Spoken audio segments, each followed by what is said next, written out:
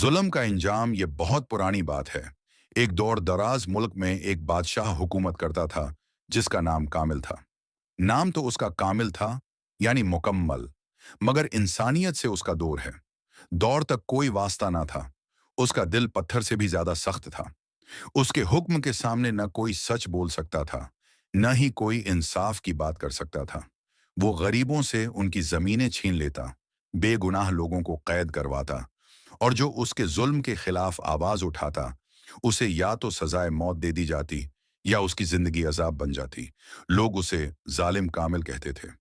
उसके महल के आसपास हमेशा अंधेरा छाया रहता, जैसे आसमान भी उसकी सरगर्मियों से नाराज हो गया हो।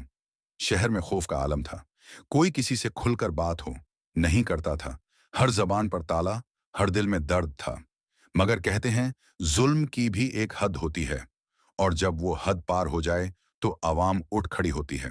एक दिन एक बुजुर्ग फकीर शहर आया।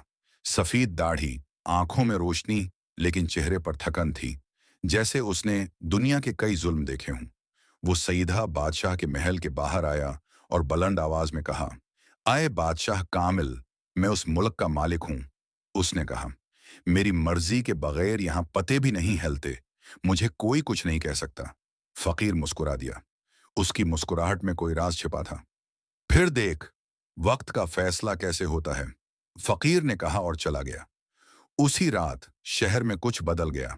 आसमान में बजली चमकी, हुआ में एक बेचैनी थी।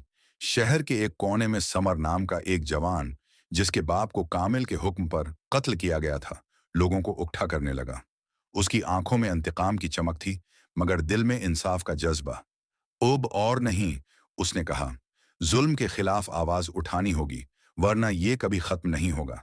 गली गली, मोहल्ले मोहल्ले आवाज गूंजने लगी। जुल्म बर्दाश्त नहीं होगा, इंसाफ चाहिए। जालिम कामिल को जवाब देना होगा। जब बादशाह को समर और उसके साथियों के बारे में पता चला तो उसने फौज भेजी, मगर लोगों के जज्बे के आगे हर तलवार, हर सिपाही बेअसर साबित हुआ। आवाम ने ताकत की मिसाल बनकर जुल्म हुआ कि महल को घेर लिया। आखिर एक दिन लोग महल के अंदर घुस गए। बादशाह अपना ताज लेकर भागता रहा।